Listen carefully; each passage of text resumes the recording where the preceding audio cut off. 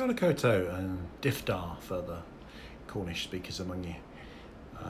Not very many Cornish speakers, sadly. Wish there were more, but there we go. I did try and learn it once, but I didn't get very far. It seemed very hard, but there we go. Anyway, hello. This is a video about autism and part of the Aspies and Askies series. I'm not sure what number. I'll have to check. I'm not sure what title to give it. I'll have to have a good think about that.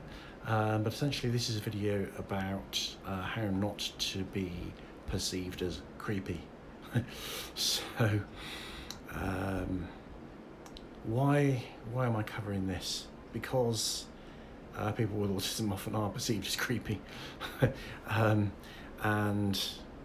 it's probably something that you would want to avoid. Notwithstanding the old two mask or not two mask debate. So why do people who are on the autistic spectrum sometimes give people the heebie-jeebies? Well, a number of reasons, I think. We don't always respond in the way that's expected of us by neurotypical people. Our facial expressions can either be very limited or be a bit different. And the way we respond can be very different. We don't always respond in the way that's expected, verbally, let alone the non-verbal stuff. And also, we don't always know the rules. So sometimes we behave in ways that other people find quite inappropriate or quite threatening.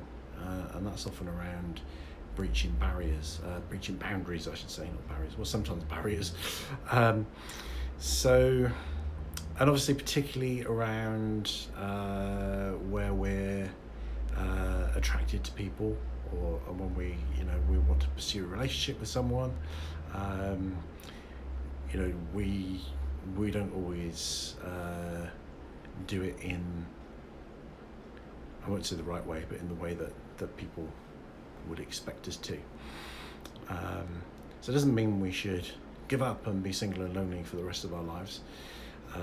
But it does mean we need to, if we want to be successful, if we want to be accepted, and we want not to creep people out, it does involve reviewing behaviour and thinking about what we do, what we say, and also how we perceive things. There's, I think, another reason we can be perceived as creepy is we misread things. So, for example, sometimes somebody with autism can be shown merely kind of courtesy and politeness by somebody, and misread that and interpret that as the other person being attracted to them or wanted to be a friend. And I've heard lots of stories of this, or just somebody that's very nice, that's in a shop that somebody frequents, thinks that they're being favoured by this person, and they're not. That's how they talk to everyone. So it can be very confusing. So we misread messages. So it's a whole minefield, isn't it, really? And it's difficult to kind of give guidance on this, really. But I think the first step is awareness and thinking about, just becoming aware that this is a possibility, that this can happen. So I certainly would suggest, in tandem with this video, watching the video on boundaries and things like personal distance and that kind of thing, and considering things like touch, which you also talked about in that video. And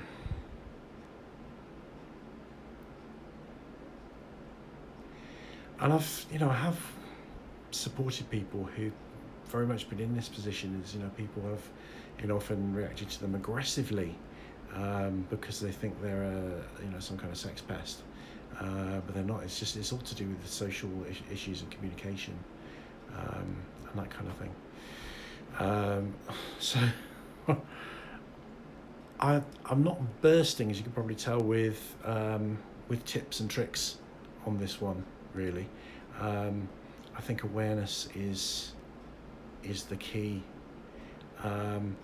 And asking for feedback, maybe sometimes from neurotypical people. And I'd be careful how you ask for feedback, because most people, are super polite and not always that honest. Their politeness is higher than their honesty, which often is the opposite for people who are on the autistic spectrum. Often we can be, brutally honest, and very impolite, and we talked about that in other videos as well.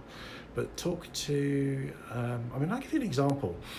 I actually knew someone. I'm not even sure that they were on the autistic spectrum, but they hadn't been on a date for a long time. I don't know whether they've been in a relationship or in a relationship that had ended, or they were single, and they asked a friend of they were heterosexual.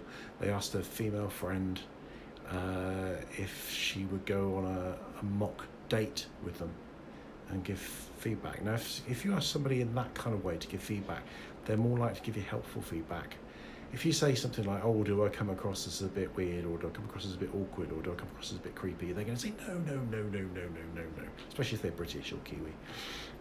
Other cultures are a little bit more direct and honest. But and if you ask people who are also on the autistic spectrum, then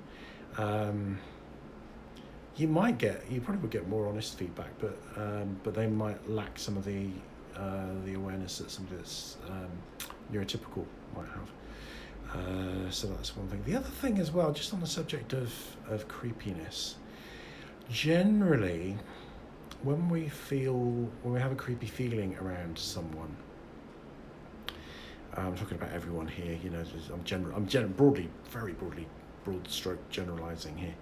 People who are perceived as creepy it's often because they're hiding something.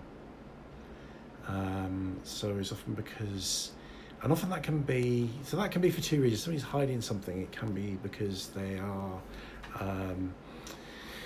seeking to deceive and take advantage. They've got malicious intentions, or people can hide things through shame. So, or embarrassment really is a form of shame.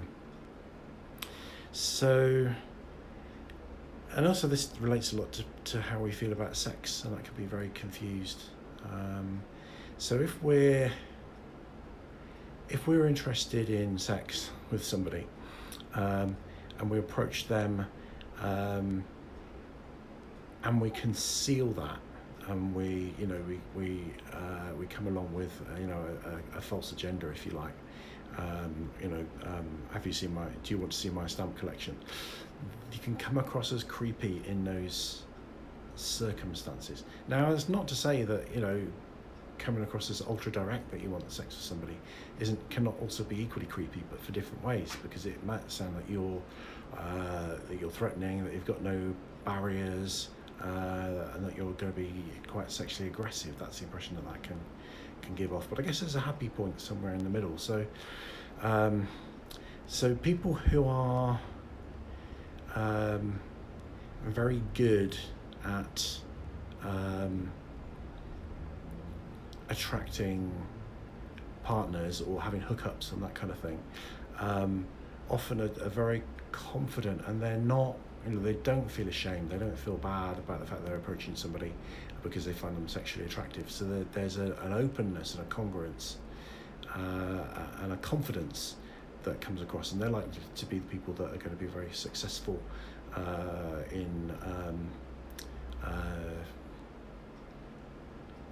very successful romantically and sexually, let's say, for want of a better way of putting it. So what am I trying to say here? I'm not being as clear as I could be.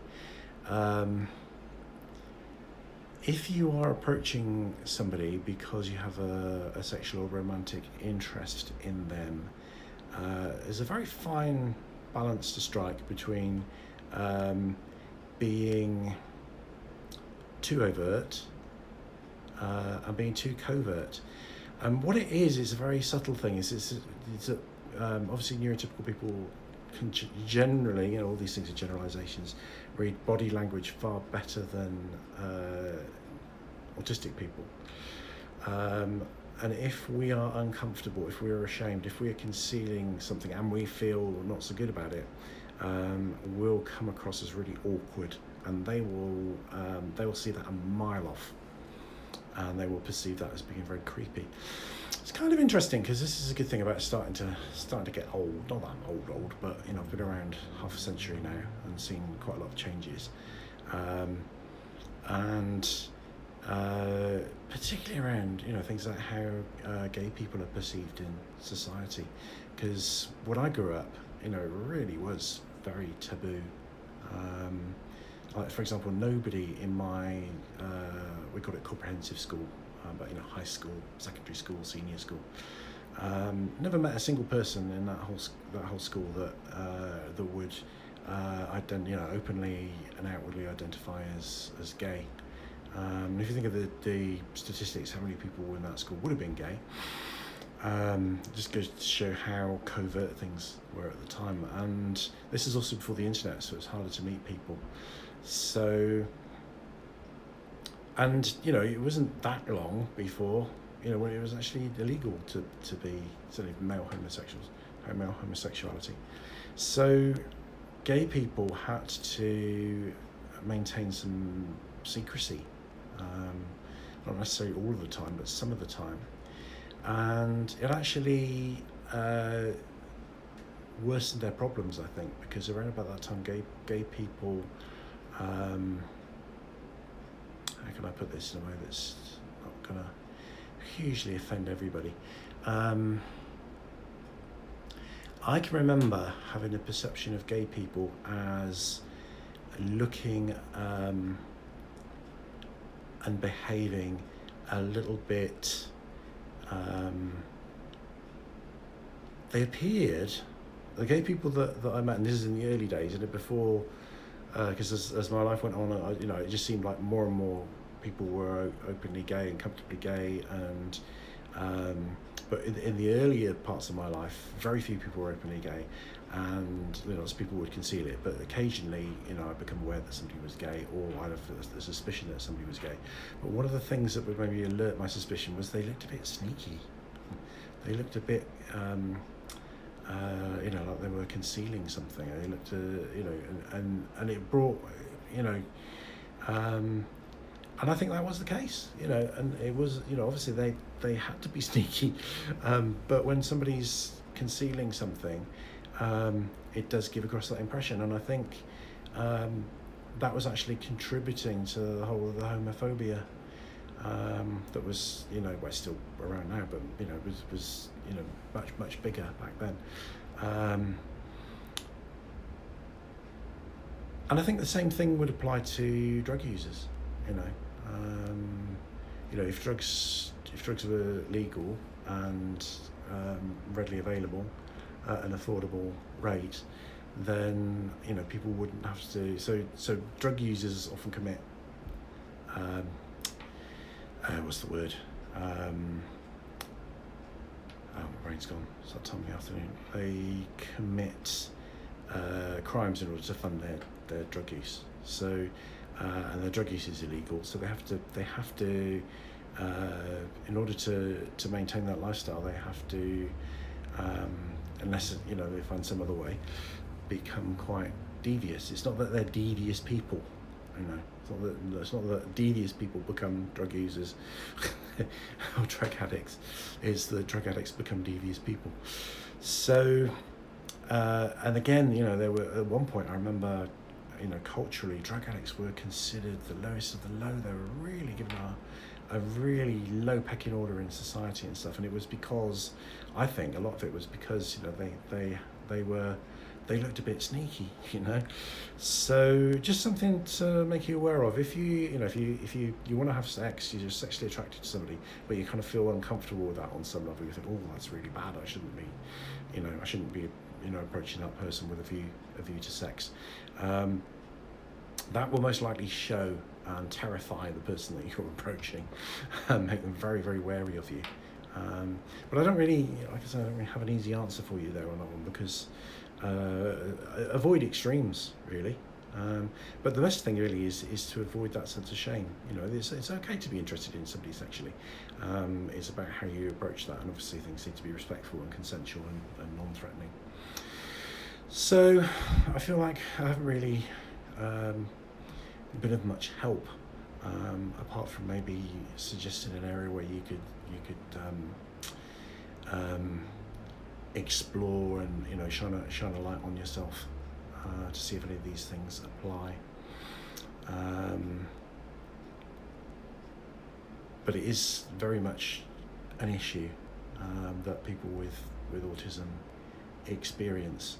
So I'd be really interested in your thoughts. I'm particularly interested in any strategies, tips that anybody's got that you could add to the comments. I will pin the best one. And I hope I've started a useful conversation, if nothing else. So thank you very much for watching. Please subscribe and like and sign up as a patron and do all those lovely things that help us do what we do. And I will be back with more videos, which might be on something completely different, or might be on the same topic indeed. Who knows? But we shall see. Rangimarie.